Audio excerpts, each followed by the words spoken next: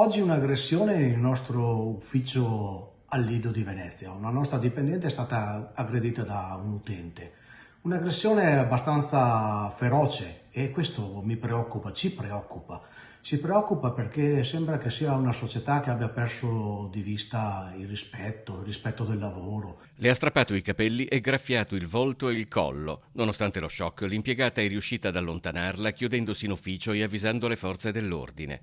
Restano ancora da accertare i motivi dell'aggressione ad una dipendente del patronato Italwil del Lido da parte di una donna arrivata allo sportello per una pratica, ma per il segretario regionale della UIL, Roberto Toigo, si può già parlare di un altro segnale del crescente abbruttimento della società. Adesso è capitato nei nostri uffici, è capitato imbrattando le nostre sedi, ma lo vediamo quotidianamente nei luoghi di lavoro, soprattutto nella sanità e nel pubblico impiego.